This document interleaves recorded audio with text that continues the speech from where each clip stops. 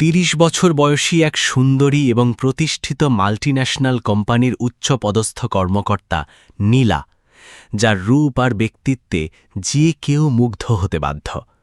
কিন্তু সেই নীলা কিনা প্রেমে পড়ল শহরের সবচেয়ে জঘন্য আর নোংরা এক ভিখারির। হ্যাঁ, এক অদ্ভুত রহস্যময় ভিখারি, যে প্রতিদিন রাতের আধারে নীলার দরজায় হাত পাতে খাবারের জন্য নয়, বরং নীলাকে সরাসরি বিয়ের প্রস্তাব দেওয়ার জন্য। কিন্তু এই নোংরা ছেঁড়া পোশাকের আড়ালে কি কোনো ধূর্ত অপরাধীর ফন্দি লুকিয়ে আছে, নাকি লুকিয়ে আছে হীরের চেয়েও দামি কোনো গোপন সত্য? কেন সেই ভিখারি হুট করে উধাও হয়ে গেল, আর কেনই বা সে নীলাকে বিয়ের মণ্ডপে সবার সামনে বেইজ্জত করতে ফিরে আসলো? জানতে হলে দেখুন এক ছদ্মবেশী ভালোবাসা আর ত্যাগের অসাধারণ এই কাহিনী, ভিখারির প্রেম। আমার নাম নীলা। জীবনের সেই সোনালি সময়টাতে যখন বসন্তের হাওয়া আমার হৃদয়ে দোলা দিচ্ছিল, তখন আমার রূপের মাধুর্য ছিল যেন এক প্রস্ফুটিত গোলাপের মতো। আজ আমার বয়স ৩০ বছর। ৫ জন সাধারণ মেয়ের মতো আমার চোখের পাতায়ও মাঝে মাঝে সংসার সুখের স্বপ্ন ভিড় করত। উজ্জ্বল এক ভবিষ্যতের কথা ভেবে বুকটা কেঁপে উঠত।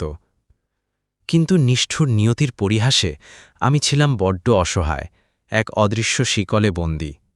মনে তীব্র আকাঙ্ক্ষা থাকলেও আমি কখনো বিয়ের পিঁড়িতে বসার সাহস করতে পারিনি। এর মূলে ছিল আমার শৈশবের এক দুঃসহ স্মৃতি। আমার যখন মাত্র ১৪ বছর বয়স, তখন বটবৃক্ষের মতো শীতল ছায়াটা আমাদের মাথা থেকে চিরতরে সরে গিয়েছিল। এক ঝড়ের রাতে বাবা আমাদের এই পাষাণ পৃথিবীতে একা ফেলে না ফেরার দেশে চলে গেলেন। সেই কঠিন দিনগুলোতে আমার পাশে ছিল মাত্র ৫ বছরের অবুঝ ভাই বিজয় আর ৮ বছরের ছোট বোন কেয়া। বাবার আকস্মিক প্রয়াণে মা পুরোপুরি পাথর হয়ে গিয়েছিলেন। তার বুক ফাটা হাহাকারে পাড়া প্রতিবেশীদের আকাশ বাতাস যেন ভারী হয়ে উঠত। মা ডুকরে কাঁদতেন আর আর্তনাদ করে বলতেন, ওগো, তুমি কেন আমাদের এভাবে মাঝ দরিয়ায় ডুবিয়ে দিয়ে গেলে? এই ৩টে কচি বাচ্চার পাহাড় প্রমাণ দায়ভার আমার এই দুর্বল কাঁধে কেন রেখে গেলে? এখন এদের আগলে রাখবে কে? বড় মেয়েটা তো সবে কৈশোরে পা দিল, কিন্তু এই ছোট্ট দুটোর হাত ধরে তোমাকে ছাড়া আমি কিভাবে এই দুর্বম পথ পাড়ি দেব? কোত্থেকে পাবো আমি এদের মানুষ করার শক্তি? মায়ের সেই কলিজা ছিঁড়ে যাওয়া আহাজারি শুনে আমি সেদিনই মনে মনে এক ইস্পাত কঠিন প্রতিজ্ঞা করেছিলাম। আমি হব আমার দুঃখিনী মায়ের একমাত্র ভরসা আর শেষ আশ্রয়। মা অমানসিক কষ্ট সয়ে লোকের বাড়িতে কাজ করে আর হাড় ভাঙা সেলাইয়ের শ্রমে আমাকে পড়াশোনা শিখিয়ে বড় করেছিলেন। আমি বড় হওয়ার সাথে সাথে মায়ের সেই দীর্ঘশ্বাসের অবসান ঘটাতে তার সমস্ত দায়িত্ব নিজের কাঁধে তুলে নিয়েছিলাম। মা মানুষের করুণায় বাঁচেননি, বরং নিজের রক্ত পানি করা পরিশ্রমে আমাকে আজকের এই মর্যাদাপূর্ণ আসনে বসিয়েছেন। তাই কৃতজ্ঞতার ঋণ শোধ করতে আমাকেও তার বৃদ্ধ বয়সের প্রধান অবলম্বন হতেই হতো। নিজের শিক্ষাজীবন শেষ করার পর আমি একটি প্রতিষ্ঠিত মাল্টিন্যাশনাল কোম্পানিতে চাকরি শুরু করি। আজ দেখতে দেখতে সেই কর্মজীবনের ৭টি বসন্ত পার হয়ে গেছে। আমার কাজের প্রতি গভীর নিষ্ঠা, সততা আর অসাধারণ পারদর্শিতা দেখে কোম্পানি আমাকে অনেক বড় পদে পদোন্নতি দিয়েছিল। সেই সুবাদে আমার মাসান্তের বেতনও ছিল বেশ লোভনীয়।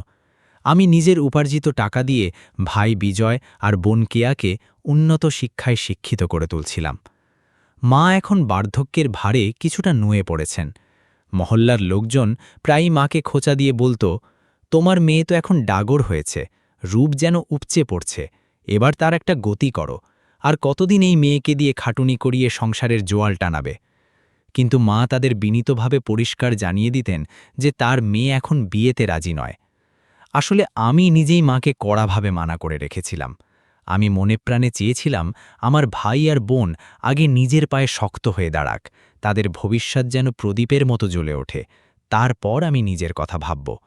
কারণ আমি যদি স্বার্থপরের মতো আগে ঘর বেঁধে চলে যেতাম, তবে আমার এই অসুস্থ মা আর ছোট ভাই বোনদের দেখভাল করার মতো কেউ অবশিষ্ট থাকত না। বিয়ের জন্য আমার মনে বিন্দুমাত্র কোনো তাড়াহুড়ো ছিল না। এতদিন পর্যন্ত জীবনের দিনগুলো বেশ ছন্দে ছন্দেই কাটছিল। আমার কোনো আফসোস ছিল না।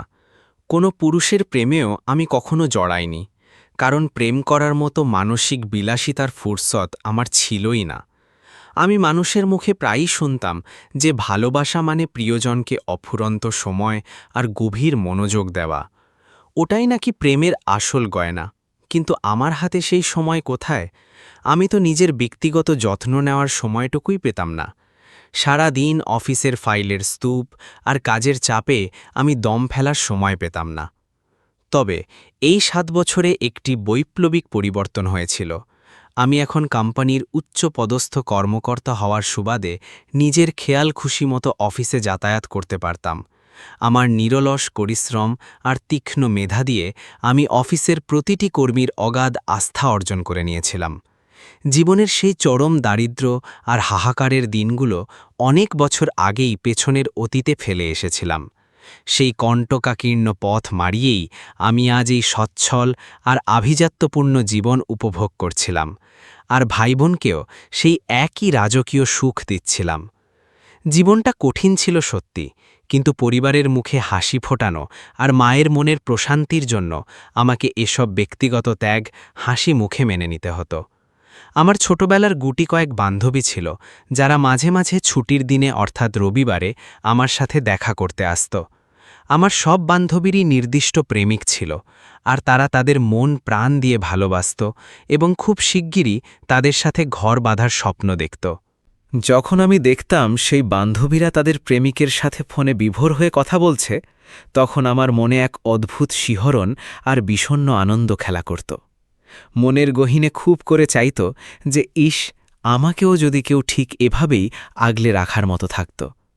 তারা আড্ডার ফাঁকে আমাকে তাদের প্রেমিকের বলা কিছু আদুরে আর ভালোবাসার মিষ্টি কথা শোনাত। সেগুলো শুনে আমি মনে মনে এক দীর্ঘশ্বাস ফেলে ভাবতাম যে ইস, আমার জীবনেও যদি কখনো এমন রোম্যান্টিক বসন্ত আসত, তবে আমার জীবনটাও বান্ধবীদের মতো কতই না রঙিন হতো। কিন্তু এমন সৌভাগ্য তো তখনই সম্ভব যখন আমার জীবনের সমস্ত সাংসারিক পিছুকান আর দায়িত্ব পুরোপুরি শেষ হবে।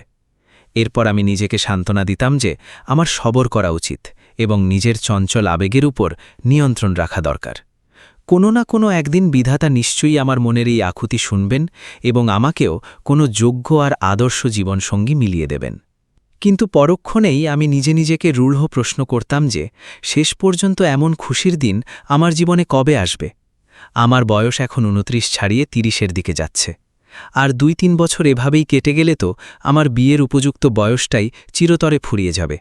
না জানি ভাগ্য বিধাতা সবকিছু কবে ঠিকঠাক করবেন। আমি নিভৃতে শুধু অপরওয়ালার কাছে এটাই মিনতি করতাম যে সবকিছু যেন খুব দ্রুত একটা সুরাহা হয়ে যায়। আমিও যেন আমার জীবনসঙ্গীর হাত ধরে একটি নিটোল আর নির্ভেজাল জীবন কাটাতে পারি। কিন্তু তার আগে আমার পরিবারের সদস্যদের জীবন যেন আরও সমৃদ্ধ আর সহজ হয়। আমার মা সবসময় আমার বিয়ে নিয়ে এক গোপন হাহাকারে পড়তেন। তিনি প্রায়ই আক্ষেপ করে বলতেন যে নিজের ভাইবোনের ভবিষ্যৎ গড়তে গিয়ে তুমি নিজের জীবনের সব সুখ আর স্বপ্ন নিজের বুকের মধ্যেই দাফন করে দিয়েছ। মা আমাকে বারবার ভরসা দিয়ে বোঝাতেন যে ঈশ্বর তোমাকে এর জন্যে অবশ্যই দারুণ ফল দেবেন। তুমি দেখে নিও, তুমি একজন অনেক ভালো মনের জীবনসঙ্গী নিশ্চয়ই পাবে। তুমি যে এত বছর ধরে আমাদের সবার অন্ন জোগানোর জন্য দিন রাত উদয়াস্ত পরিশ্রম করছো, দেখে নিও, যে ছেলের সাথে তোমার বিয়ে হবে সে তোমাকে তার হৃদয়ের রানী করে রাখবে। আমি আমার মায়ের এমন মমতা মাখা কথায় খুব খুশি হতাম, আর মনে মনে প্রার্থনা করতাম যে ইস, মায়ের সব দোয়া যেন এক বর্ণও মিথ্যে না হয়। আমাদের এমন কোনো নিকটাত্মীয় ছিল না যারা আমাদের বিপদে বা সুখে দুঃখে একটু ছায়া দেবে, কারণ বাবার মৃত্যুর পরেই তার সমস্ত আত্মীয় স্বজন আমাদের সাথে সব রকম সম্পর্ক চুকিয়ে দিয়েছিলেন। এমনকি মায়ের দিকেও তেমন কোনো আত্মীয় অবশিষ্ট ছিল না। শুধু আমাদের একজন মামা ছিলেন, যিনি তার পরিবারের সাথে সুদূর প্রবাসে অন্য দেশে সেটেল ছিলেন। হ্যাঁ, এতটুকু যোগাযোগ অবশ্যই ছিল যে তার সাথে আমাদের মাঝে মাঝে টেলিফোনে কুশল বিনিময় হতো, কিন্তু কাজের চাপে তিনি কখনো আমাদের এখানে পা রাখতে পারতেন না। বিয়ে সংক্রান্ত বিষয়ে আমি যতটা নিজেকে নির্লিপ্ত রাখার চেষ্টা করতাম, আমার অবদমিত আবেগ ঠিক ততটাই আমার ওপর চড়ে বসত, বিশেষ করে নিস্তব্ধ রাতের সেই একা মুহূর্তগুলোতে। আমার সমবয়সী পাড়ার যত মেয়ে ছিল তাদের সবার তো অনেক আগেই বিয়ে হয়ে গিয়েছিল, এমনকি তাদের কোলে এখন 1-2 ফুটফুটে সন্তানও হাসত। যখন আমি রাতে নিজের ঘরে একা হতাম, তখন ভাবতাম যে ইস, আমারও যদি আজ কোনো মনের মানুষ থাকত, তবে আমি তার সাথে কথা বলে নিজের একাকিত্ব ভাগ করে নিতাম। সরাসরি দেখা করতে পারতাম না তো কি হয়েছে, ঘণ্টার পর ঘণ্টা তো অন্তত ফোনে কথা বলা যেত। আমার যেসব বিবাহিত বান্ধবী ছিল তাদের সাথে তো আমি এখন আর দেখাই করতাম না, কারণ তারা দেখা হলেই এখন শুধু তাদের সংসার আর স্বামীর গুণগানে পঞ্চমুখ থাকত। আর তাদের সেসব রূপকথার মতো গল্প শুনে আমার কুমারী মন আরও বেশি উদাস আর অস্থির হয়ে উঠত। কিন্তু আবার নিজের আদরের ভাইবোনদের সোনালী ভবিষ্যতের কথা ভেবে আমাকে নিজের অবাধ্য আবেগকে শক্ত হাতে দমন করতে হতো। এমনটা ভাবার কোনো অবকাশ নেই যে আমি বিয়ে করার জন্য বড্ড পাগল হয়ে উঠেছিলাম। আসলে আমার অন্তরের জন্য শুধু একজন বিশ্বস্ত সাহারা আর অকৃত্রিম বন্ধুর প্রয়োজন ছিল, যেমনটা আধুনিক এই সমাজ ব্যবস্থায় দেখা যায়। এটি এখনকার নতুন যুগ, আর এই যুগে প্রতিটি মেয়ের কাছে তার সুখ দুঃখের প্রথা উজাড় করে দেওয়ার মতো একজন সঙ্গী থাকে। আমার তো ভাইবোনগুলো এমন ছিল না যারা আমার সাথে একটু মন খুলে হাসি ঠাট্টা করবে বা কিছুটা সময় কাটাবে। তারা তো ২৪ ঘন্টার বেশিরভাগ সময় নিজেদের পড়াশোনার জগৎ নিয়েই বিভোর থাকত। আমার সাথে দুদণ্ড কথা বলার মতো যথেষ্ট সময় তাদের হাতে থাকত না। আমার বোন কেয়ার অনার্স শেষ হতে আর মাত্র কয়েকদিন বাকি ছিল। পড়াশোনা শেষ করেই তাকে একটি চাকরি খুঁজতে হবে। আর ভাই বিজয় এখনও কিশোর, সে মনোযোগ দিয়ে পড়াশোনা করছিল। আপাতত জীবন এভাবেই একঘেয়েমির মধ্য দিয়ে বইছিল, আর তারপর চোখের পলকে আমার বয়স ৩০ বছরে গিয়ে পৌঁছাল। একদিন আমার মা অত্যন্ত দৃঢ়ভাবে আমাকে বললেন যে, নীলা, আমি তোমার জেদ আর এক মুহূর্তের জন্য সহ্য করব না। তুমি সারাটা জীবন আমাদের জন্য অকাতরে অনেক কিছু ত্যাগ করেছ। পরের জন্য খাটতে খাটতে তুমি নিজের বিয়ের বয়সটাই প্রায় শেষ করে দিলে। যেমনি তোমার ছোট বোন কেয়ার একটা চাকরির ব্যবস্থা হবে, আমি কাল বিলম্ব না করে তোমার বিয়ে দিয়ে দেব, যাতে তোমার নিজের একটা সংসার হয়।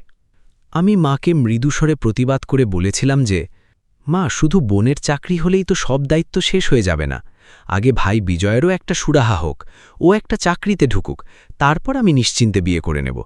মা রাগে দুঃখে বলতে লাগলেন যে, না মা, এভাবে ভাবলে তো অনেক দেরি হয়ে যাবে, তখন আফসোস করেও লাভ হবে না। আমি মাকে যেভাবেই হোক মিষ্টি ভাষায় বুঝিয়ে শুনিয়ে তখনকার মতো ঠান্ডা করে দিতাম। আমার নিজের যাতায়াতের জন্য একটি গাঢ় নীল রঙের স্কুটি ছিল, আর এই স্কুটি চালিয়েই আমি প্রতিদিন আমার অফিসে যাতায়াত করতাম। একদিন হঠাৎ আমি খেয়াল করলাম যে একটি জীর্ণ শীর্ণ ভিখারি বেশ কয়েকদিন ধরে আমাদের বনানী মহল্লায় ভিক্ষা করছে। এমনিতে আমাদের মহল্লা বেশ অভিজাত আর জমজমাট ছিল, কিন্তু আমি একে গত ১ সপ্তাহ ধরে প্রতিদিন নির্দিষ্ট সময়ে এখানে দেখতে পাচ্ছিলাম। একদিন আমি কৌতূহলবশত আমার স্কুটি থামিয়ে তাকে খুব খুঁটিয়ে দেখতে লাগলাম। না জানি কেন আমার মনটা তাকে দেখেই থমকে গিয়েছিল। সেই ভিখারিটি অত্যন্ত নোংরা আর ছেঁড়া পুরনো তালি দেওয়া কাপড় পরে খুব করুণ অবস্থায় ছিল। আমার মনে তার জন্য একরাশ মমতা আর মায়া হলো। আমি তাকে গলার স্বরে ডাক দিয়ে নিজের কাছে ডাকলাম, আর নিজের দামি ব্যাগ থেকে একটি ১০০ টাকার নোট বের করে তার হাতে তুলে দিলাম। আমি তাকে কোমল সুরে বললাম যে, এখন আমার কাছে কোনো খুচরো টাকা নেই, আপাতত আপনি এটাই রাখুন। আমার কথা শুনে সে এক অদ্ভুত রহস্যময় হাসি হাসল, আর সেই টাকাটা অতি সযত্নে নিজের নোংরা থলিতে ভরে নিল। এখন থেকে আমি নিয়মিত আসা যাওয়ার পথে সেই ভিখারিকে কিছু না কিছু টাকা দিয়ে দিতাম। একবার তো আমি তাকে বাজারের কাছে ফুটপাথেও বসে থাকতে দেখেছিলাম। সে সেখানেও লোকজনের কাছে হাত পাচ্ছিল। আমি তখনও আমার স্কুটিতে ছিলাম আর অফিস থেকে ফিরছিলাম। আমি তখনও থেমে তাকে কিছু টাকা দিয়ে দিয়েছিলাম। এখন এমনটা প্রায় প্রতি ২-৩ দিন পরপরই নিয়মিত হতে লাগল। আমি খেয়াল করলাম, যেমনই আমি নিজের বাড়ির গেটের সামনে পৌঁছতাম, সে অলৌকিকভাবে আমার আসার আগেই আমাদের মহল্লার কোণে দাঁড়িয়ে আমার জন্য অপেক্ষা করত। আর যেমনই সে দেখত যে আমি আমার দরজায় এসে গেছি, অমনি সে গুটি গুটি পায়ে আমার কাছে এসে হাত পেতে টাকা চাইত। আমি তাকে সাধ্যমতো টাকা দিয়ে দিতাম।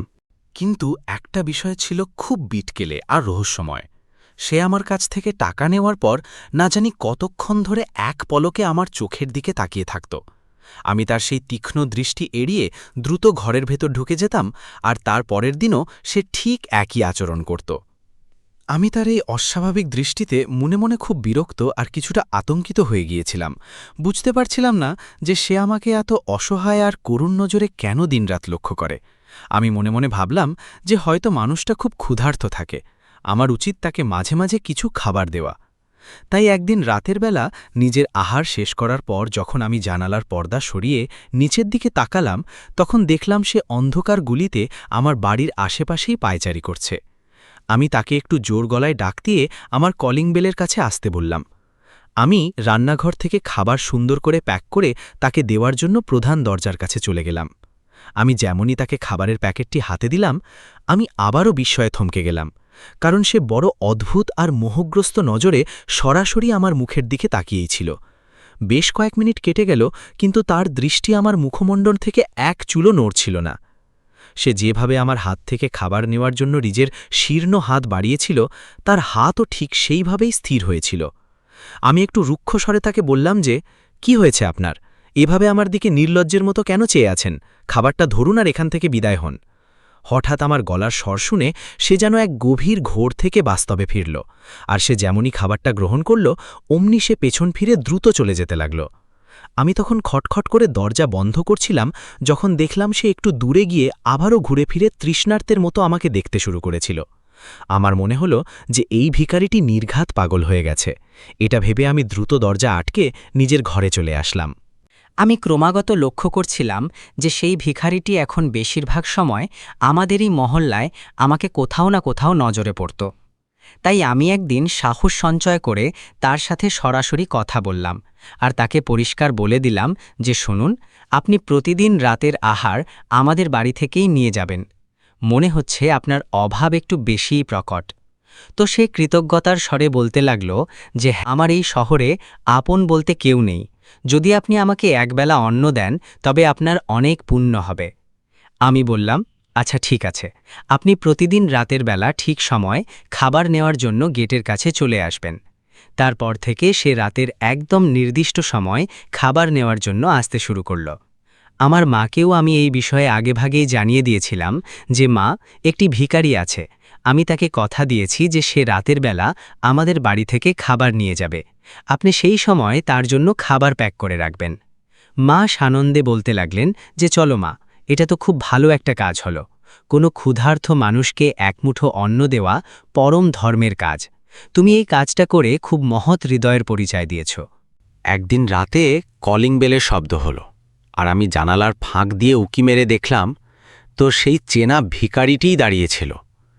মা তাড়াতাড়ি তার জন্যে খাবার প্যাক করে আমার হাতে দিলেন, আর আমি সেই ভিখারিকে দেওয়ার জন্যে নিচে নেমে গেলাম। আজ যখন আমি তাকে খাবারের প্যাকেটটি দিচ্ছিলাম, তখন সে হঠাৎ খপ করে আমার হাতটা শক্ত করে ধরে ফেলল, আর কাপা গলায় বলতে লাগল যে আপনার সাথে আমার কিছু গোপন কথা আছে। তার মতো এক নোংরা ভিখারির এমন আচমকা হাত ধরার কারণে আমি প্রচণ্ড ঘাবড়ে আর আতঙ্কিত হয়ে গিয়েছিলাম। আমি ভয়ার্ত চোখে চারদিকে তাকালাম যে কেউ দেখছে কিনা, এবং সে আমার সাথে এটি কী ধরনের অভব্য আচরণ করছে। সে যখন আমার সুন্দর মুখে ভয়ের ছাপ দেখল, তখন সে একটু শান্ত স্বরে বলতে লাগল যে আপনার ভয় পাবার বা চিৎকার করার কোনো কারণ নেই ম্যাডাম, আমার আপনার সাথে খুব জরুরি একটা প্রাণের কথা আছে। আমি নিজেকে একটু সামলে নিয়ে বললাম, কি ব্যাপার, আপনার কি আরও কিছু লাগবে? আপনার কি নগদ টাকার প্রয়োজন নাকি আরও খাবারের দরকার? তো সে মাথা নেড়ে বলতে লাগল যে না না ম্যাডাম, আমার এই ধরনের কোনো বৈষয়িক সাহায্যের দরকার নেই, শুধু আমি আপনাকে আমার মনের গহীনের একটা গোপন সত্য শোনাতে চাই। আমি অবাক হয়ে বলতে লাগলাম, কি বলতে চান আপনি? আপনার মনের কথা মানে? আচ্ছা বলুন, আপনি কি বলতে চান? তো সে সরাসরি আমার চোখের দিকে চেয়ে বলতে লাগল যে আমি আপনাকে বড্ড পছন্দ করে ফেলেছি। না জানি কত দীর্ঘ সময় ধরে আমি শুধু আপনাকে আড়াল থেকে দেখছি। আপনি আমার হৃদয়ের মণিকোঠায় জায়গা করে নিয়েছেন। যখন একবার আপনার ওই চাঁদের মতো মুখটা দেখে নেই, তখন মন চায় যে আপনার উপর থেকে আমার নজর যেন এক মুহূর্তের জন্যেও না সরে। তার এমন দুঃসাহসী কথা শুনে আমার মাথায় রাগের রক্ত চড়ে গেল। আমি কড়া স্বরে বললাম, আপনি কি ধরনের অসভ্য আর আজেবাজে কথা বলছেন? আপনার লজ্জা লাগে না একজন সম্ভ্রান্ত মেয়ের সামনে দাঁড়িয়ে এমন কুরুচিপূর্ণ কথা বলতে? চেহারা দেখে তো আপনাকে পথের ভিখারি মনে হয়, কিন্তু মুখ দিয়ে বেরোচ্ছে বড় প্রেম ভালোবাসার কথা। আপনার মতো এক পথের ভিখারির এমন কথা বলতে বুক কাঁপে না? তো সে বিন্দুমাত্র বিচলিত না হয়ে অত্যন্ত শান্ত স্বরে বলতে লাগল যে লজ্জা তো তার লাগে ম্যাডাম যে তলে তলে কোনো পাপ কাজ করে। আমি তো কোনো অন্যায় করছি না, শুধু আমার আপনাকে মন থেকে ভালো লেগে গেছে, আর আমি নিজের পবিত্র ভালোবাসার অকপট প্রকাশ সরাসরি আপনার কাছে করছি। আমি দাঁতে দাঁত চেপে বললাম যে আপনার এইসব আজে বাজে প্রলাপ এখনই বন্ধ করুন আর এখান থেকে দূর হন। যদি আপনার পেটের অন্ন জোটাতে হয় তবে কাল থেকে সাধারণ ভিখারির মতো আসবেন, নয়তো এই ধরনের জঘন্য কথা বললে আমি পুরো মহল্লা মাথায় তুলে লোক জড়ো করে দেব এবং সবাইকে জানিয়ে দেব যে আপনি আমার সাথে খারাপ আচরণ করছেন। সে নিষ্পৃহ ভঙ্গিতে বলতে লাগল যে আমি দুনিয়ার কাউকে ভয় পাই না ম্যাডাম, শুধু আমি আপনাকে নিজের জীবন দিয়ে পছন্দ করতে শুরু করেছি। আপনি কি আমাকে বিবাহ করবেন? তার এই শেষ কথাটি শুনে আমি যেন আকাশ থেকে পড়লাম। আমি অবাক হয়ে তার দিকে চেয়ে রইলাম। আমি তাকে এতগুলো অপমানজনক কথা শোনালাম, তাকে তাড়িয়ে দেওয়ার ভয় দেখালাম, তারপরেও তার মধ্যে এত অগাধ আত্মবিশ্বাস কোত্থেকে আসলো যে সে আমাকে সরাসরি বিয়ের প্রস্তাব দিয়ে বসল। আমি রাগে কাঁপতে কাঁপতে তাকে তাড়াতাড়ি খাবারের প্যাকেটটি হাতে ধরিয়ে দিলাম আর প্রচণ্ড ঝটকা দিয়ে তার মুখের ওপরই সজোরে দরজা বন্ধ করে আমি নিজের ঘরে চলে আসলাম। তার কথাগুলো আমার কাছে বড়ই অদ্ভুত লাগছিল, আর সারা রাত আমি তার সেই চাহনি আর কথাগুলো নিয়ে বিছানায় এপাশ ওপাশ করে চিন্তা ভাবনা করতে থাকলাম।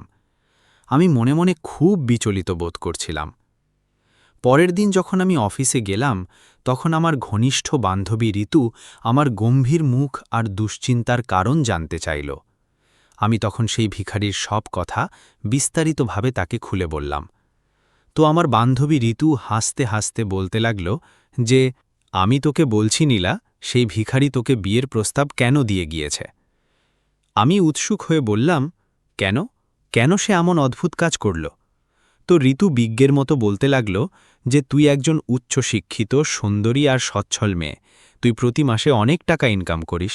সে নিশ্চয়ই ভেবেছে যদি আমি এমন একটা প্রতিষ্ঠিত মেয়েকে নিজের প্রেমের জালে কোনোভাবে ফাঁসিয়ে নিতে পারি তবে সে যতটুকু ইনকাম করবে তা সবই আমার হবে, আর এইভাবে তাকে আর রোদে পুড়ে বৃষ্টিতে ভিজে ভিক্ষা করতে হবে না। সে তোকে বড্ড সহজ সরল আর বোকা ভাবছে।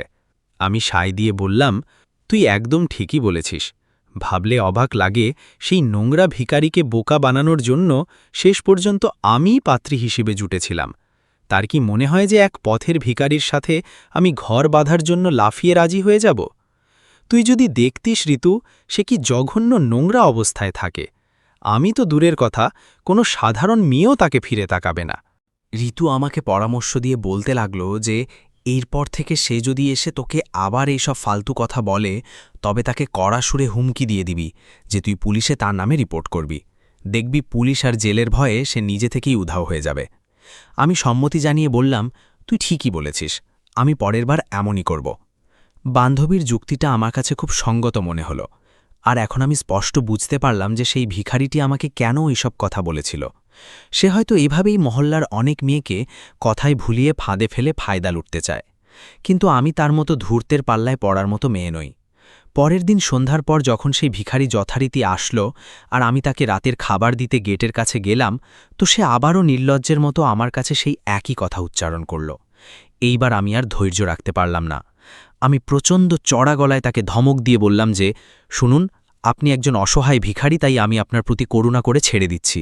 যদি আপনার জায়গায় অন্য কোনো সভ্য পুরুষ হতো তবে আমি এই মুহূর্তেই চিৎকার করে মহল্লার ছেলেদের ডেকে আপনাকে উত্তম মধ্যম খাওয়াতাম। যদি নিজের ভালো চান তবে শান্তিতে এখান থেকে কেটে পড়ুন, এর আগে যেন আমি আইনের কোনো কঠোর পদক্ষেপ নিতে বাধ্য না হই। কিন্তু তার প্রতিক্রিয়া দেখে আমি পুরোপুরি দমে গেলাম। সে আমার এমন ভয়ঙ্কর ধমক শুনে বিন্দুমাত্র না ডরে বরং উল্টে রহস্যময়ভাবে হাসতে শুরু করেছিল। সে ধীরস্থির কণ্ঠে বলেছিল যে, আমি তো আগেই বলেছি ম্যাডাম, আমি এই দুনিয়ার কাউকে বা কোনো আইনকে ভয় পাই না। আমি শুধু পবিত্র মনে আপনাকে ভালোবাসি। আপনি আমাকে অহেতুক ঘুরিয়ে ফিরিয়ে উত্তর দেবেন না, সরাসরি শুধু এইটুকু বলুন যে আপনি আমাকে পছন্দ করেন কিনা। আমি তাকে ব্যঙ্গ করে বললাম যে আপনি তো বড্ড ধূর্ত আর জাহাবাজ লোক।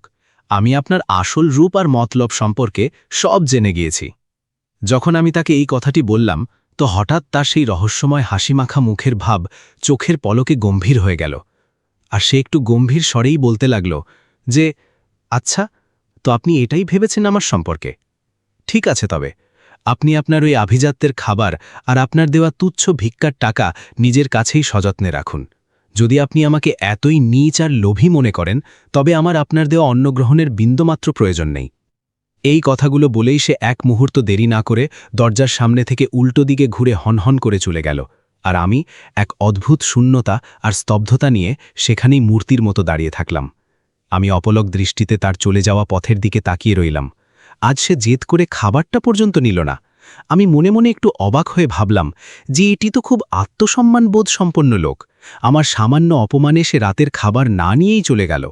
আপাতত আমি সেই খাবারের প্যাকেটটি হাতে নিয়ে গুমট মন নিয়ে নিজের ঘরের ভেতরে ফিরে আসলাম। তো আমার ছোট বোন কেয়া কৌতূহলী হয়ে বলতে লাগল যে, দিদি তুমি নিচে অতক্ষণ কার সাথে তর্কাতর্কি করছিলে? তো আমি তাকে আমতা করে জানালাম যে একটি ভিখারি এসেছিল, তাকে খাবার দিতে গেছিলাম। তো কেয়া খাবারের প্যাকেটের দিকে ইশারা করে বলতে লাগল যে ভিখারিটা খাবার কেন নিল না? তুমি তো খাবারটা আবার ফেরত নিয়ে আসলে। আমি বোনকে এড়িয়ে যাবার জন্য শুধু বললাম যে জানি না কেন নিল না, লোকটা হয়তো পাগল। আমি সেই খাবারের প্যাকেটটি রান্নাঘরের টেবিলে রেখে ভারাক্রান্ত মনে নিজের ঘরে ফিরে আসলাম, আর একাকী বিছানায় শুয়ে ভাবতে লাগলাম যে শেষ পর্যন্ত এই অদ্ভুত ভিখারিটি আমার কাছে ঠিক কী চায়। আপাতত আমি এই অশান্তিকর চিন্তাটিকে নিজের মগজ থেকে ঝেড়ে ফেলার আপ্রাণ চেষ্টা করলাম। আমার যতটুকু সম্ভব আমাকে নিজের কর্মজীবন আর ভাই বোনের ভবিষ্যতের দিকে মনোযোগ দিতে হবে। এই সব অকেজো আজেবাজে ভাবনায় সময় নষ্ট করা আমার সাজে না। এরপর থেকে বেশ কয়েকদিন এভাবেই নীরবে কেটে গেল। মাঝে মাঝে সেই ভিখারির সাথে আমার পথে ঘাটে দেখা হতো। আমি যখনই তাকে স্কুটি থামিয়ে দয়া করে কিছু টাকা দেওয়ার জন্য ডাকতাম, সে আমার সেই তথাকথিত ভিক্ষা নিতে আসতই না, বরং সে আমার সেই ডাক উপেক্ষা করে মাথা নিচু করে চলে যেত। এমনকি রাতের বেলা আমাদের বাড়ি থেকে খাবার নিতে আসাও সে পুরোপুরিভাবে বন্ধ করে দিয়েছিল। কিন্তু একটি বিষয় পরিবর্তন হয়নি।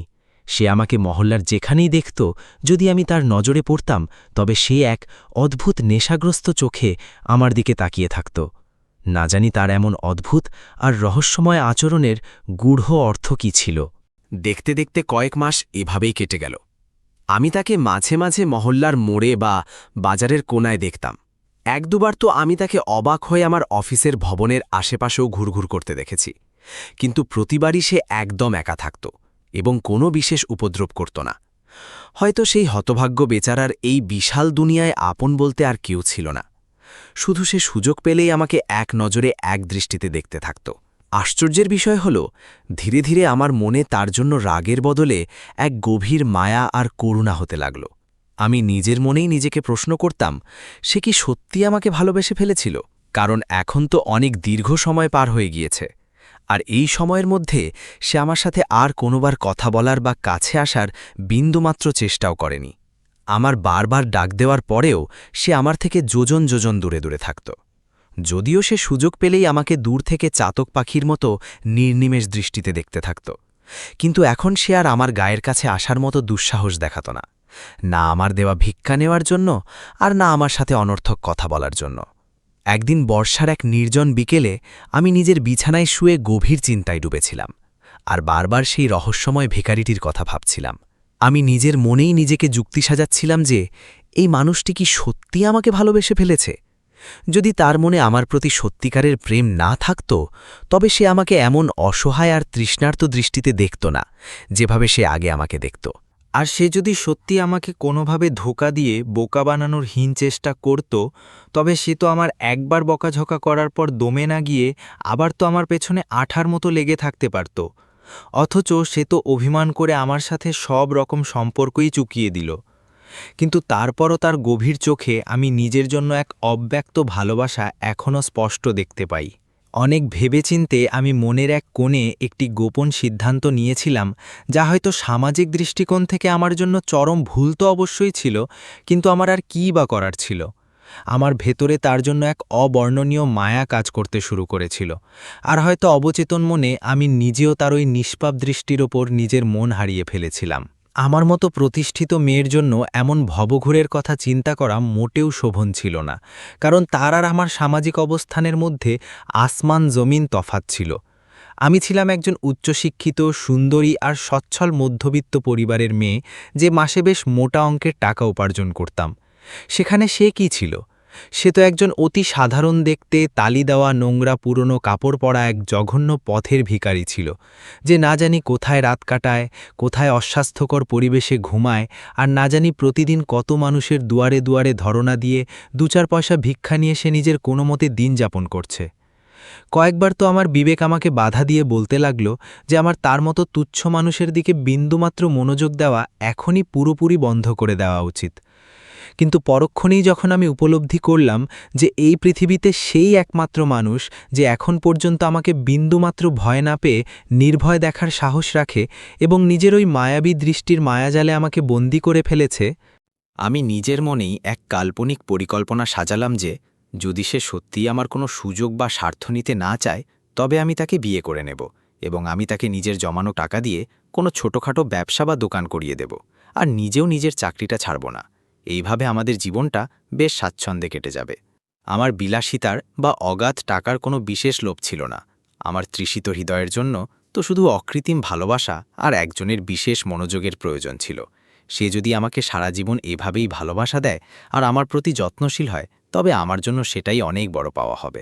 আর ঠিক পরের দিনই আমি দৃঢ় সংকল্প করলাম যে আমি নিজে থেকে সেই ভিখারিটির সাথে কথা বলবো এবং তাকে আমার মনের কথা জানাবো। কিন্তু অদ্ভুত আর দুর্ভাগ্যের বিষয় ছিল যে গত ২-৩ দিন ধরে তাকে মহল্লার কোথাও আর খুঁজে পাওয়া যাচ্ছিল না। না জানি সে হঠাৎ কোথায় নিরুদ্দেশ হয়ে গিয়েছিল। কিন্তু তার ঠিক ৩ দিন পর হঠাৎ আমি তাকে আমাদের শহরের সবচেয়ে বড় শপিং মলের মেইন গেটের বাইরে দেখতে পেলাম। তখন আমি আমার সেই বান্ধবীদের সাথে অনেক দিনের শখ মেটাতে কেনাকাটা করার জন্য সেখানে গিয়েছিলাম। আমি কিন্তু এই বিষয়ে আমার বান্ধবীদের ঘুণাক্ষরেও কিছু জানাইনি। আমি ভালো করেই জানতাম যে তারা এই কথা জানলে আমাকে নিয়ে উপহাস আর হাসাহাসি করে মাটি করবে, কারণ তাদের যেসব প্রেমিক ছিল তাদের মধ্যে কেউ ছিল প্রতিষ্ঠিত ডাক্তার, কেউ বড় ইঞ্জিনিয়ার, তো কেউ আবার কোটিপতি বাবার একমাত্র আদরের দুলাল। কিন্তু যখন তারা জানত যে তাদের এই উচ্চপদস্থ বান্ধবীটি এক রাস্তার ভিখারির পেছনে উন্মাদের মতো ঘুরছে, তবে তারা আমাকে নিয়ে জঘন্য ঠাক্কা তামাশা করতে ছাড়ত না। আমি তাদের সুকৌশলে এড়িয়ে গিয়ে এবং তাদের চোখের আড়ালে লুকিয়ে সেই ভিখারিটির সাথে একা দেখা করার জন্য গুটি গুটি পায়ে এগিয়ে গেলাম। শপিং মলের সামনে তখন প্রচণ্ড ভিড়ভাট্টা আর কোলাহল ছিল, তাই আমি তাকে ইশারায় পাশের নিরিবিলি পার্কের নির্জন কোণায় যাবার জন্য অনুরোধ করলাম। সে বিন্দুমাত্র বাক্য ব্যয় না করে আমার বাধ্য ছেলের মতো সাথে সাথে পার্কে চলে গেল। পার্কের একটি নির্জন বেঞ্চে বসার পর আমি তাকে একটু অভিযোগের সুরে বলেছিলাম যে, শুনুন, আপনি আমাকে অত ড্যাব ড্যাব করে এক নজরে কেন দেখেন? তো সে খুব ধীরস্থির কণ্ঠে আক্ষেপের সুরে বলতে লাগল যে, আপনার ধারণা আর চিন্তা অনুযায়ী আমি তো আপনার ঘরের খাবার নেওয়াও অনেক আগে থেকে বন্ধ করে দিয়েছি, কারণ আপনার মনে হয়েছে যে আমি হয়তো আপনার সরলতার সুযোগ নিয়ে ফায়দা লুটতে পারি। এখন আমার এই কৃষ্ণার্ত দৃষ্টি যদি অজান্তেই আপনার ওই সুন্দর মুখে গিয়ে আটকে যায়, তবে এতে আমার বিশেষ কোনো দোষ নেই। আমি নিজের অবাধ্য দৃষ্টির ওপর কোনো নিয়ন্ত্রণ রাখতে পারি না ম্যাডাম, তবে আমি নিজের আচরণের ওপর নিয়ন্ত্রণ অবশ্যই রাখতে পারি। যখনই আপনি আমার সামনে স্কুটি নিয়ে আসেন, আমার এই অভাগা দৃষ্টি শুধু আপনার অমলিন মুখের সৌন্দর্য পান করতে থাকে। শেষ পর্যন্ত ভালোবাসি তো আপনাকে, তাই কী বা আর করার আছে আমার? আমি তার চোখের দিকে সরাসরি তাকিয়ে নরম স্বরে বললাম যে, আপনি সত্যিই আমাকে ভালোবাসেন তো? সত্যি করে বলুন। তো সে এক দীর্ঘশ্বাস ফেলে বলতে লাগল যে, হ্যাঁ ম্যাডাম, আমি একদম ধ্রুব সত্য বলছি। আপনার মতো এমন মহৎ হৃদয়ের মেয়ে আজ পর্যন্ত আমি কোথাও দেখিনি। আর আমি আপনার এই মহল্লাবাসীর মুখ থেকেই আপনার অঢেল প্রশংসা আর ত্যাগের গল্প শুনেছি। তখন থেকেই আমার মনের মণিকোঠায় আপনার জন্য অগাধ শ্রদ্ধা আর সম্মান বেড়ে গিয়েছে। সে বলতে থাকল, আপনার মহল্লার এক বৃদ্ধা মহিলা একদিন আক্ষেপ করে বলছিল যে এই অভাগী মেয়েটা শুধু নিজের ভাই বোনের উজ্জ্বল ভবিষ্যতের কথা চিন্তা করে নিজের বিয়ের সুবর্ণ সময় পার করে দিচ্ছে। এই কচি মেয়েটা দিনরাত চাকরি করে নিজের আর নিজের পরিবারের একাই সব বোঝা টানছে। তখন আমার এটি উপলব্ধি হয়েছিল যে আপনার মতো নির্লোভ আর ত্যাগী মেয়ে এই স্বার্থপর দুনিয়ায় খুব কমই আছে। আপনি বড্ড ভালো মনের মেয়ে, যে নিজের সুখের কথা বিন্দুমাত্র চিন্তা না করে নিজের পরিবারের মুখে হাসি ফোটাতে নিজের জীবনের অনেক বড় বড় স্বপ্ন বিসর্জন দিয়েছেন। ব্যাস, ঠিক তখন থেকেই আমি আপনার ওই ত্যাগের কাছে নিজের মন বিলিয়ে ফেলেছি। আমি আপনাকে এক পবিত্র কথা দিচ্ছি ম্যাডাম, আমি তো এক তুচ্ছ রাস্তার ভিখারি। আমি আপনার কি সুযোগ নেব? আপনি চাইলে একদম খালি হাতেও নিঃস্ব হয়ে আমার কাছে চলে আসতে পারেন। আমার আপনার উপার্জিত টাকার বা ওই উঁচু চাকরির কোনো বিশেষ প্রয়োজন নেই। যদিও আমি সারা জীবন রোদে পুড়ে ভিক্ষা করে আপনার সব শখ আর ইচ্ছা পূরণ করার আপ্রাণ চেষ্টা করব, কিন্তু কথা দিচ্ছি কখনো আপনাকে পরনির্ভরশীল হতে দেব না বা আপনাকে চাকরি করতে বাধ্য করব না। সেই ভিখারির মুখে এমন আবেগী আর মমতায় ভরা কথা শুনে হঠাৎ আমার পাষাণ মন যেন মোমের মতো গলতে শুরু করেছিল। এই নিষ্ঠুর পৃথিবীতে সে আমার এতটুকু খেয়াল আর চিন্তা করত। এখন আমার হঠাৎ এক গভীর সত্য উপলব্ধি হয়েছিল যে এই দীর্ঘ জীবনে কখনো আমার জন্য এতটুকু গভীর দুশ্চিন্তা আমার জন্মদাত্রী মা ছাড়া আর কেউ কখনো করেনি। এটি ছিল আমার সামনে দাঁড়ানো এমন একজন অজানা মানুষ যার এই অকৃত্রিম প্রশংসা আর সততা মুহূর্তেই আমার মন জয় করে নিয়েছিল। আর এখন আমি নিজেকে সামলাতে পারলাম না। আমি একটু নিচু স্বরে লাজুক ভঙ্গিতে তাকে জানিয়ে দিয়েছিলাম যে আমিও হয়তো অজান্তেই তোমাকে ভালোবাসতে শুরু করেছি। এইভাবে আমাদের দুজনের মধ্যে এক অসম কিন্তু পবিত্র প্রেম ভালোবাসার নতুন অধ্যায় শুরু হয়ে গিয়েছিল। আমি তাকে ভালোবেসে বলেছিলাম যে, দেখো, তুমি তো রাস্তার ভিখারি, এই কাজটা শুনতে আর দেখতে বড্ড অদ্ভুত লাগে। তুমি কি এই ভিক্ষার কাজটা ছেড়ে দিয়ে অন্য কোনো ছোটখাটো সম্মানজনক কাজ করতে পারো না? সে একটু ম্লান হেসে বলতে লাগল, আমি বড্ড গরিব মানুষ নীলা, আমার খুব বড় একটা পারিবারিক বাধ্যবাধকতা আছে। তুমি শুধু বিধাতার কাছে মন থেকে প্রার্থনা করো, আমার একটি বিশেষ কাজ আছে, আর আমি যেন আমার সেই মহৎ কাজে সফল হতে পারি। সেই কাজটা শেষ হবার পর আমি ঠিক যেমনটি তুমি বলবে তেমনই হয়ে যাব। আমি কৌতূহলী হয়ে বললাম, কোন কাজের কথা বলছো তুমি? তো হঠাৎ সে আমার প্রশ্নে যেন একটু হকচকিয়ে গেল এবং থেমে গিয়ে বলতে লাগল যে, তুমি এই সব নিয়ে বেশি দুশ্চিন্তা করো না, তুমি এখন সাবধানে নিজের বাড়ি যাও। আমি কথা দিচ্ছি, আজ থেকে আবারও রাতে তোমাদের বাড়ি থেকে খাবার নেওয়ার জন্য গেটের কাছে চলে আসব। তোমাদের বাড়ির হাতের রান্নার স্বাদ যে বড্ড মুখে লেগে থাকে। আমি লাজুক হেসে বললাম, আচ্ছা ঠিক আছে, অবশ্যই এসো। এই কথাগুলো বলে আমি সেখান থেকে ফিরে আসছিলাম, আর এখন আমার মনের প্রতিটি কোণে বারবার শুধু তাঁরই চিন্তায় ঘুরপাক খাচ্ছিল। এখন থেকে প্রতিদিন সে রাতের বেলা আমাদের গেটের সামনে আসত খাবার নেওয়ার জন্য, আর এই সংক্ষিপ্ত সময়ের মধ্যেই আমাদের মধ্যে সারা দিনের জমানো অনেক না বলা কথা আদান প্রদান হয়ে যেত। সে আমাকে একদিন কথা দিয়েছিল যে সে আমাকে সামাজিকভাবে বিয়ে করবে। আমার তার চরিত্রের সবচেয়ে ভালো যে দিকটি মনে ধরেছিল তা হল আমাদের একসাথে প্রেমের সম্পর্ক চলাকালীন দীর্ঘ 2 মাস অতিক্রান্ত হয়ে গিয়েছিল, কিন্তু এই সময়ের মধ্যে সে শুধু আমার বাড়ির গেটের নির্দিষ্ট গণ্ডিতেই আমার সাথে দেখা করত। এর বাইরে সে কখনো আমার কাছে কোনো অনৈতিক আবদার বা কুপ্রস্তাব দেয়নি। আমি আমার অফিসের বান্ধবীদের দেখেছিলাম যারা নিজেদের প্রেমিকের সাথে একান্তে সময় কাটানোর জন্য কখনো গোপন ঘরে যেত, কখনো সস্তা রেস্টুরেন্টে দেখা করত, তো কখনো প্রেমিকের টাকায় বিলাসবহুল কেনাকাটা করত। সে তো আমাকে কেনাকাটা করানোর সামর্থ্য রাখত না, কারণ সে হতদরিদ্র ভিখারি ছিল, কিন্তু তার চারিত্রিক দৃঢ়তা আমার কাছে অনেক দামি মনে হয়েছিল। আমার কাছে আমার বাড়ির দরজার সেই সংক্ষিপ্ত আলাপচারিতার চেয়ে ভালো কথা বলার জায়গা আর পৃথিবীতে দ্বিতীয়টি ছিল না। আমার তাকে ক্রমশ আরও বেশি ভালো লাগতে শুরু করেছিল। আমি তার আসল নাম জানতে পেরেছিলাম, অরিন্দম।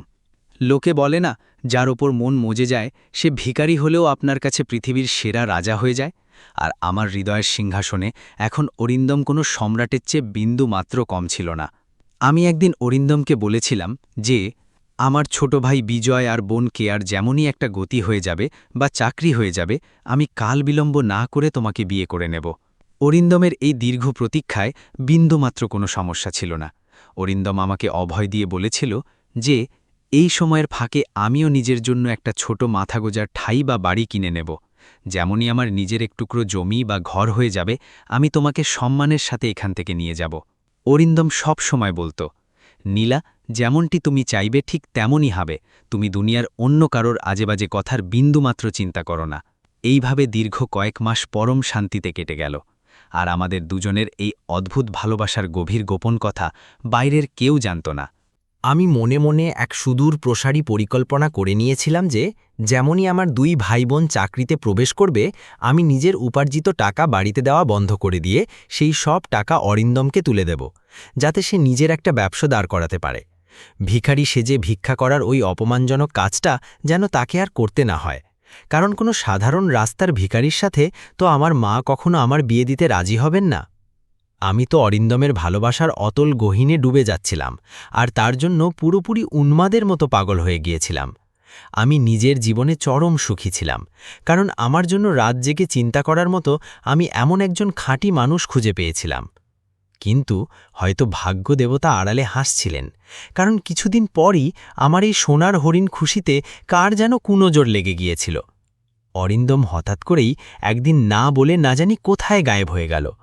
সে একদিন যখন যথাসময়ে খাবার নিতে আসলো না, তখন প্রথম দিন আমার মনে হলো যে হয়তো সে বিপদে পড়েছে, নয়তো তার শরীর খারাপ। কিন্তু বিস্ময়ের বিষয় হলো, সে তো একদিন দুদিন নয়, টানা অনেক দিন পর্যন্ত আর দেখা দিল না। আমি তার জন্য বড্ড উদ্বিগ্ন আর চিন্তিত হয়ে পড়েছিলাম। না জানি সে আমাকে এত শত প্রেম, ভালোবাসার প্রতিজ্ঞা আর কথা দিয়ে হঠাৎ কোথায় বেমালুম উধাও হয়ে গেল। আমি অফিস শেষ করে তাকে মহল্লার মোড়ে আর বাজারের অলিতে গলিতে খুঁজতে খুঁজতে ক্লান্ত আর পরিশ্রান্ত হয়ে গিয়েছিলাম। পুরো একটি দীর্ঘ মাস আমি তার জন্য নাওয়া খাওয়া ভুলে চিন্তায় কাটিয়েছিলাম। যেখানে যেখানে আগে তার সাথে আমার দেখা হয়েছিল, আমি সেই সব সম্ভাব্য জায়গায় হন্যে হয়ে তাকে খুঁজেছিলাম। কিন্তু অরিন্দম তো যেন এই বিশাল দুনিয়া থেকে কর্পূরের মতো গায়েবই হয়ে গিয়েছিল।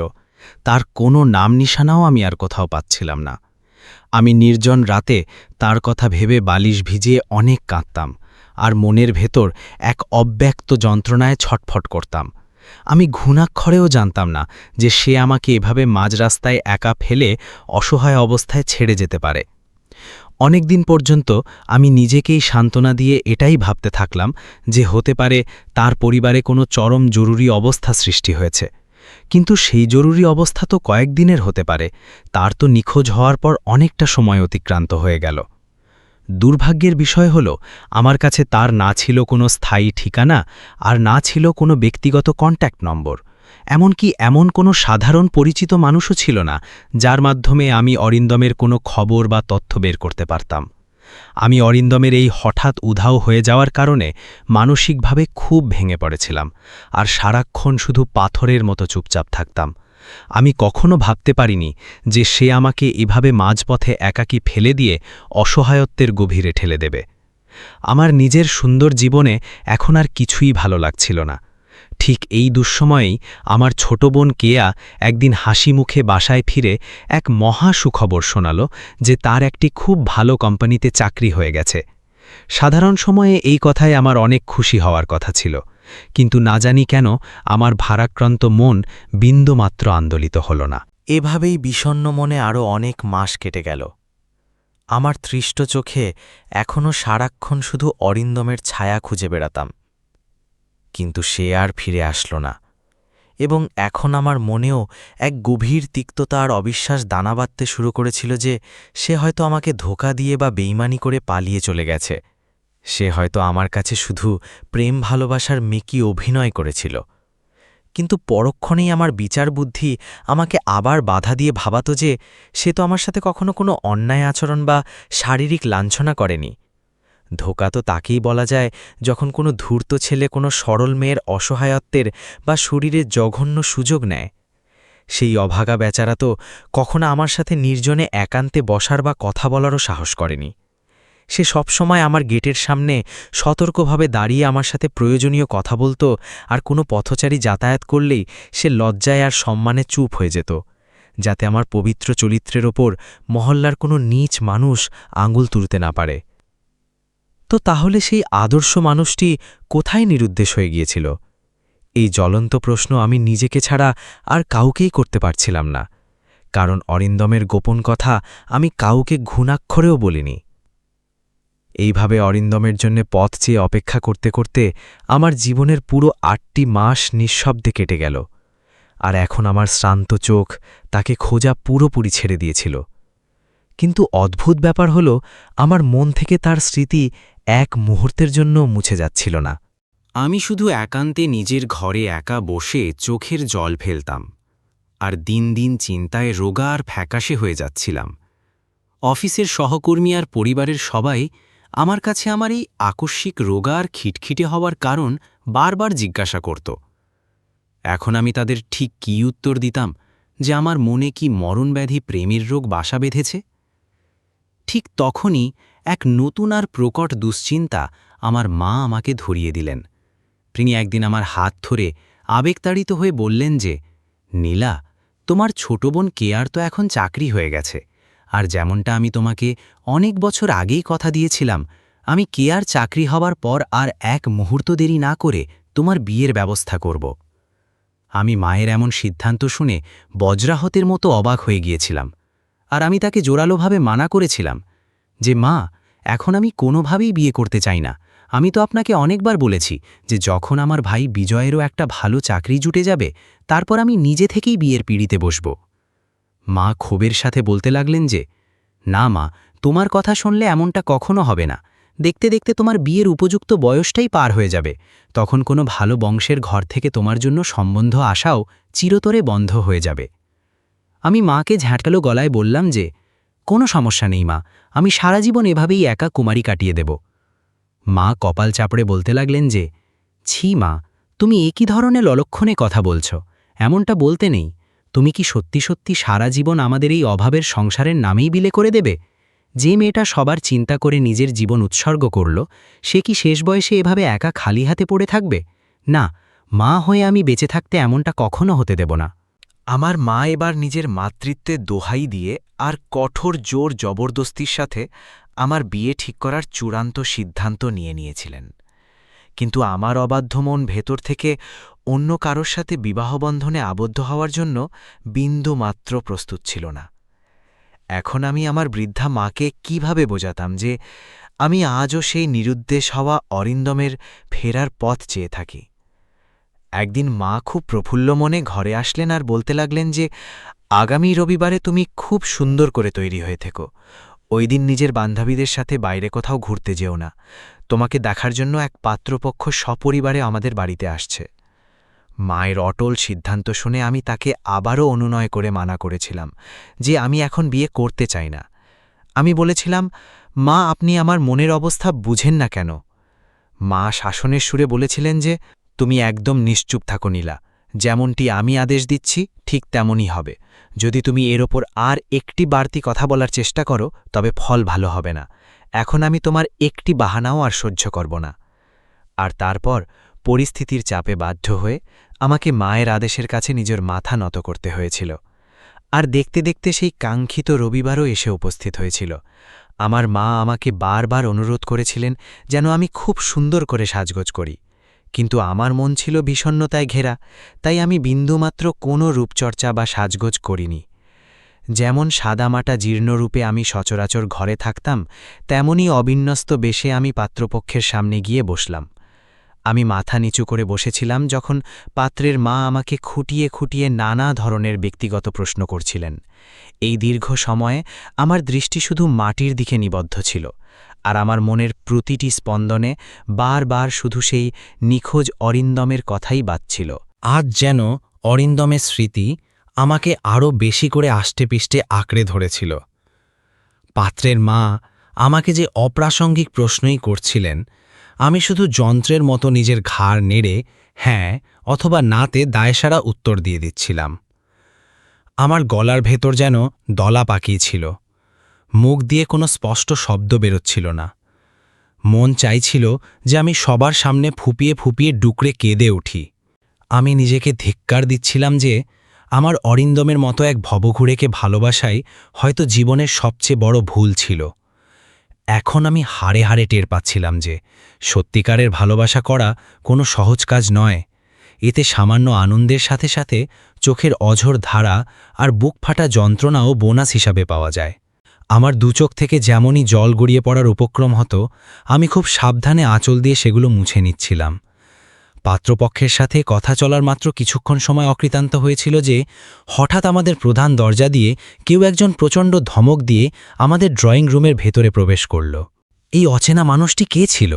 সেই ঝড়ের বেগে ভেতরে আসলো আর সবার সামনে অকুতভয়ে দাঁড়িয়ে আমাকে উচ্চস্বরে ডাক দিল, নীলা। আমি এক প্রচণ্ড ঝাটকায় তার দিকে খুব মনোযোগ দিয়ে তাকালাম। এই গঙ্গমে কণ্ঠস্বর তো আমার কাছে বড্ড চেনা চেনা লাগছিল, ঠিক যেন অরিন্দমের মতো। কিন্তু এই পরিপাটে সুপুরুষ মানুষটি কে ছিল? তার পরনে ছিল ইস্ত্রি করা দামি পোশাক, চোখে চশমা। আমি তাকে এক পলকে ঠিক চিনতে পারছিলাম না। সে আবারও ধমকের সুরে বলল যে, নীলা, এইসব কি তামাশা হচ্ছে এখানে? পাত্রপক্ষ থেকে শুরু করে আমার মা ভাই সবাই তাকে হা করে দেখতে লাগল যে এই অজ্ঞাত মানুষটি কে, আর সে হঠাৎ বিনা অনুমতিতে বাড়িতে ঢুকে এই ধরনের অদ্ভুত অধিকারবোধের কথা কেন বলছে? সে আমার নাম ধরে নিজের মুখে বারবার কেন চিৎকার করছে? সেই সময় আমার ছোট ভাই বিজয়ও ড্রয়িং রুমে উপস্থিত ছিল। সে রাগে অগ্নিশর্মা হয়ে তার সামনে গিয়ে বুক টানটান করে দাঁড়াল আর বলতে লাগল যে, আপনি কে আর আমাদের বাড়ির ভেতর কেন এভাবে বিনা অনুমতিতে ঢুকে আসছেন? আপনার সাহস তো কম না? সে বিন্দুমাত্র বিচলিত না হয়ে বজ্রকণ্ঠে বলতে লাগল যে, আমি তোমার বোনকে মন প্রাণ দিয়ে ভালোবাসি। আমি ওকে অন্য কারোর গলায় মালা দিতে পারি না। এই সব লোকেদের এক্ষুনি এখান থেকে বিদায় করে দাও। পাত্রের মা হঠাৎ এক ঝটকায় সোফা থেকে উঠে দাঁড়ালেন আর আমার দিকে ঘৃণার চোখে তাকিয়ে বলতে লাগলেন, নীলা, এটা কি তোমার আগে থেকে রাখা কোনো গোপন প্রেমিক? ছি ছি। আমার মা আমতা আমতা করে বলতে লাগলেন যে, না না বোন, আপনাদের হয়তো কোথাও একটা বিশাল ভুল হচ্ছে। আমরা তো জানি না এই আগন্তুক ছেলেটি আসলে কে। তখনই সেই যুবকটি আবারও অধিকার নিয়ে বলতে লাগল যে, জি ম্যাডাম, আপনি অহেতুক তর্কে না জড়িয়ে সপরিবারে এখান থেকে বিদায় নিন। আমার এই পরিবারের সাথে কিছু বড্ড জরুরি ব্যক্তিগত কথা আছে। সেই পাত্রের মা নিজের মুখে প্রচণ্ড রাগ আর অবজ্ঞা ফুটিয়ে আমার মায়ের দিকে তাকিয়ে কর্কশ স্বরে বললেন, তুমি কি আমাদের এখানে ডেকে এনে এভাবে অপমান করার জন্য আমন্ত্রণ জানিয়েছিলে? তোমার মেয়ের তো আগে থেকেই গোপন প্রেমিক আছে দেখা যাচ্ছে। আমাদের ডেকে শেষ পর্যন্ত তুমি আমাদের বংশের কি প্রমাণ করতে চেয়েছিলে? আমার মা বারবার তাদের আটকানোর আর বোঝানোর ব্যর্থ চেষ্টা করতে লাগলেন, কিন্তু সেই মহিলা তার ছেলেকে নিয়ে প্রচণ্ড গালাগালি করতে করতে আমাদের বাড়ি থেকে এক মুহূর্তেই বেরিয়ে গেলেন। পাত্রপক্ষ চলে যাওয়ার পর আমার ভাই বিজয় প্রচণ্ড রাগে সেই ছেলের কলার শক্ত করে চেপে ধরল। তখন আমি অনবরত পলকহীন চোখে তাকে লক্ষ্য করছিলাম আর মনে মনে ভাবছিলাম যে এটি সে কি করে ফেলল। আমার ভাই তার উপর সজোরে হাত তোলার চেষ্টা করেছিল, কিন্তু সে অনায়াসে আমার ভাইয়ের হাতটা মাঝপথেই ধরে ফেলল আর শান্ত স্বরে বলতে লাগল যে, হাত কিন্তু বিজয় আমিও তুলতে পারি। আমি তোমাদের সাথে বড্ড শান্তিতে কথা বলতে চাই, আর তোমরা শুধু অহেতুক হাঙ্গামা করছ। সে এবার আমার দিকে পরম মমতায় টাকালো আর আবেগমাখা স্বরে বলতে লাগল যে, নীলা, তোমার বাড়ির লোকজনকে একটু শান্ত হতে বলো আর আমাকে চিনতে শেখাও।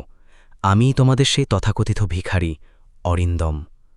হঠাৎ আমি তার মুখে অরিন্দম নামটা শুনে বিদ্যুৎ স্পৃষ্টের মতো চমকে উঠলাম আর হাঁ হয়ে তার দিকে তাকাতে থাকলাম।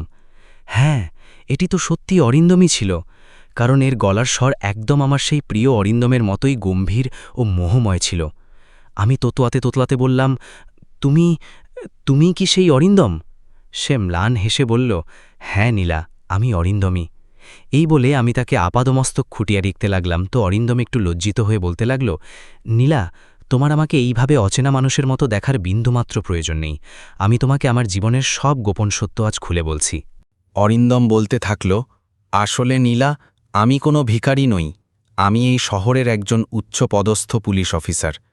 আজ পর্যন্ত তুমি আমাকে শুধু জঘন্য ভিখারি রূপেই দেখে আসছ, তাই তোমার জন্য আজ আমাকে এই দামি পোশাকে চেনা বড্ড কঠিন হয়ে পড়েছে।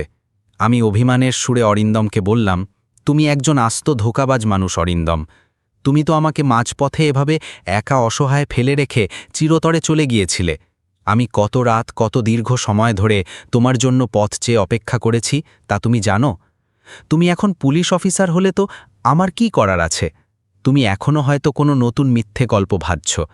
আজ এখানে এসে তুমি এই নতুন নাটকের তামাশা কেন করছ? তুমি কি সবার সামনে আমাকে বেইজ্জত করার জন্য এখানে এসেছ? আমি কি প্রতিবার তোমার ওই সাজানো মিথ্যে কথায় ভুলে যাব? আমি মনের দুঃখে হাততালি দিয়ে তাকে এই বিদ্রুপাত্মক কথাগুলো বলছিলাম। তো সে বড্ড কাতর স্বরে বলতে লাগল যে, নীলা, তুমি আমাকে বড্ড ভুল বুঝছ। আমি তোমাকে সবটা খুলে বলছি, একটু শান্ত হয়ে শোনো। তখনই আমার মা আক্ষেপ করে বলতে লাগলেন, এই সব নাটকীয় কাণ্ডকারখানা কি হচ্ছে এখানে? কেউ আমাদেরও তো একটু বুঝিয়ে কিছু বলো। আর আমার ভাই বিজয়ও রাগে তখনও অগ্নিশর্মা হয়ে ফুঁসছিল। এর মধ্যেই অরিন্দম হাতজোর করে বলতে লাগল, যে আপনারা দয়া করে একটু শান্ত হন। আমি আপনাদের কাছে হাত জোর করে সবটা সত্যি বলছি।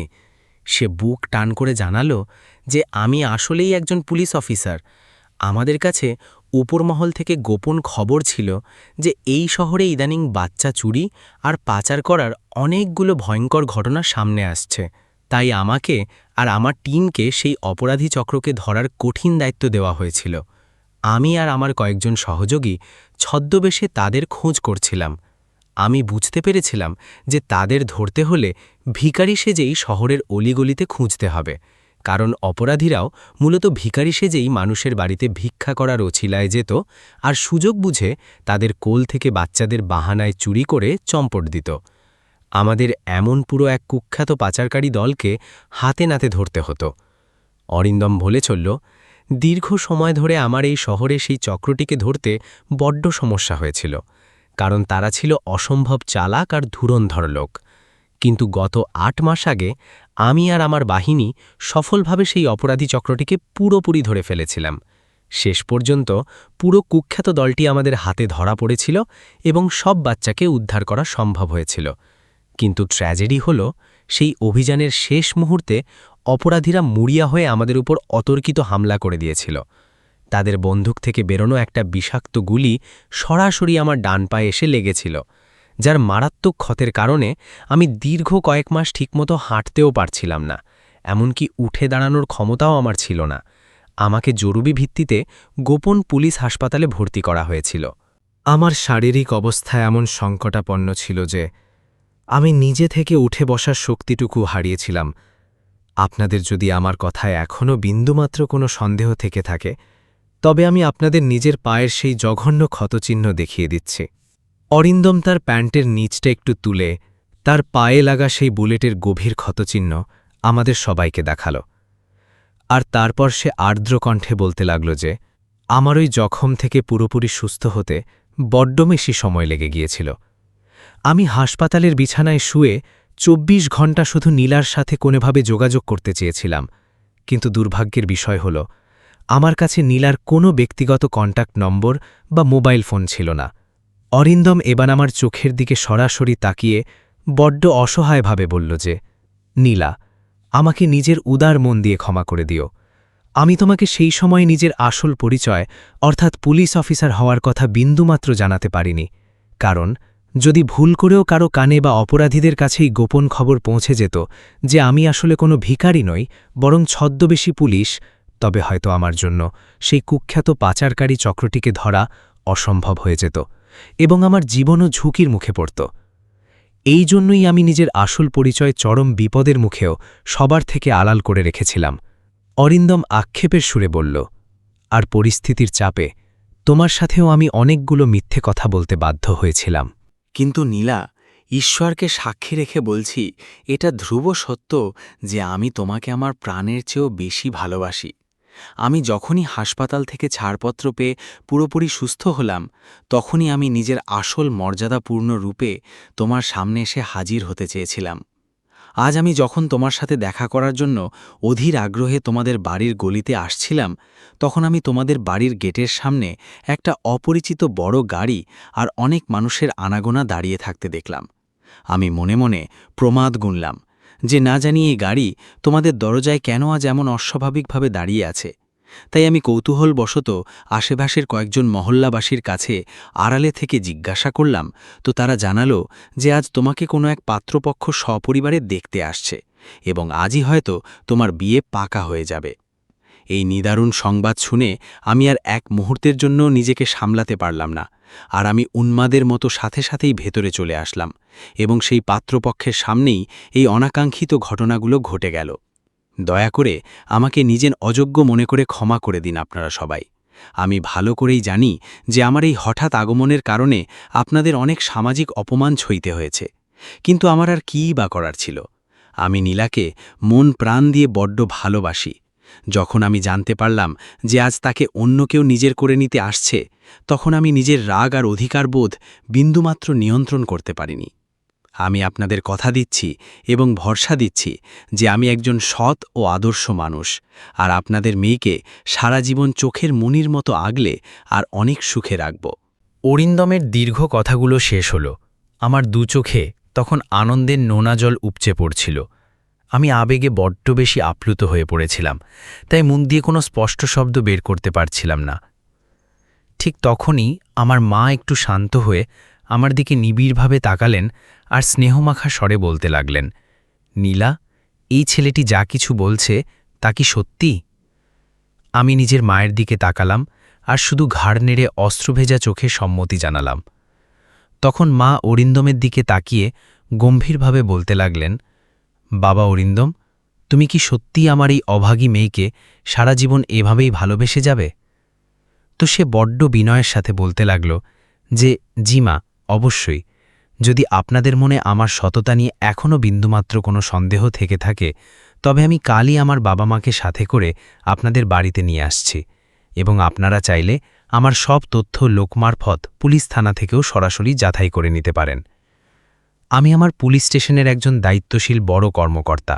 ওই ভিখারি সেজে ডিউটি করার সময়েই আপনার মেয়ের অমায়িক ব্যবহার আর ত্যাগের কাহিনী শুনে আমি তাকে মনে মনে পছন্দ করে ফেলেছিলাম। তখন আমি কঠিন ডিউটিতে ছিলাম, তাই কখনো আপনাদের বাড়ির ভেতর ঢোকার দুঃসাহস আমি দেখাইনি। কিন্তু আজ যখন আমাকে আপনাদের সত্যি বলতে হতো, তো আমি আমার আসল পোশাকে আর সম্মানের সাথে আপনাদের সামনে এসে সব সত্য অকপটে বলে দিলাম। অরিন্দমের সব যুক্তিপূর্ণ আর আবেগী কথাগুলো শুনে আমার মায়ের মন শেষ পর্যন্ত নরম হল। তিনি একটি তৃপ্তির হাসি হেসে বললেন, আচ্ছা বাবা, তুমি তোমার বাবা মাকে আমাদের বাড়িতে সম্মানের সাথে পাঠিয়ে দিও। আর ঠিক তার পরের দিনগুলো ছিল এক রঙিন রূপকথার মতো। অরিন্দম মাত্র 2 ঘণ্টা পরেই তার সম্মানীয় বাবা মাকে সাথে নিয়ে আমাদের জীর্ণ কুটিরে হাজির হয়েছিল। তার বাবা মাও ছিলেন অসম্ভব অমায়িক ও ভালো মনের মানুষ।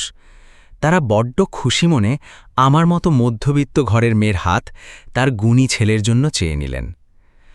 আমি তখন 7ম স্বর্গে বাস করছিলাম। আমার মনে হচ্ছিল যে অরিন্দম কোনো ভিখারি নয়, বরং সে ছিল আমার জন্য পাঠানো ঈশ্বরের এক শ্রেষ্ঠ আশীর্বাদ। আমার মনের গহীনে তার নিখোঁজ হওয়ার জন্য যত ভুল বোঝাবুঝি বা তিক্ততা ছিল, তা সব এক লহমায় হাওয়ায় মিলিয়ে গেল। দেখতে দেখতে অল্প সময়ের মধ্যেই আমাদের দুজনের শুভ বিবাহ সুসম্পন্ন হয়ে গেল, আর এখন আমরা দুজনে পরম সুখে শান্তিতে দিন কাটাচ্ছি। ওদিকে অরিন্দম আমার আদরের ভাই বিজয় আর বোন কেয়ারও নিজের ভাই বোনের মতো বড্ড খেয়াল রাখে। সে আজ একজন আদর্শ জামাই হয়ে নয়, বরং একজন সুযোগ্য ছেলের মতো আমার পরিবারের সব দায়িত্ব নিজের কাঁধে তুলে হাসি মুখে নিয়েছে। আর বিয়ের পর সে আমাকে আর কঠোর চাকরি করতে দেয় না। সে চায় আমি যেন এখন একটু শান্তিতে বিশ্রামে থাকি। একদিন আমার মা আমাকে হাত তুলে দোয়া দিয়ে বলেছিলেন যে, নীলা, তোমার স্বামী তোমাকে তার রাজপ্রাসাদের রানীর মতো করে আগলে রাখবে। অরিন্দম আসলেই আমাকে কোনো রাজকীয় রানীর চেয়ে বিন্দুমাত্র কম মনে করত না। সে আমার প্রতিটি ক্ষুদ্রাতে ক্ষুদ্র ইচ্ছা বা শখ এক মুহূর্তেই পূরণ করে দেয়। তার বাবা মা অর্থাৎ আমার শ্বশুর শাশুড়িও আমাকে নিজের মেয়ের মতোই স্নেহ করেন। অরিন্দমের মতো একজন আদর্শ জীবনসঙ্গী পেয়ে আমার জীবনটা সত্যি পুরোপুরি ভুল বদলে গিয়েছে।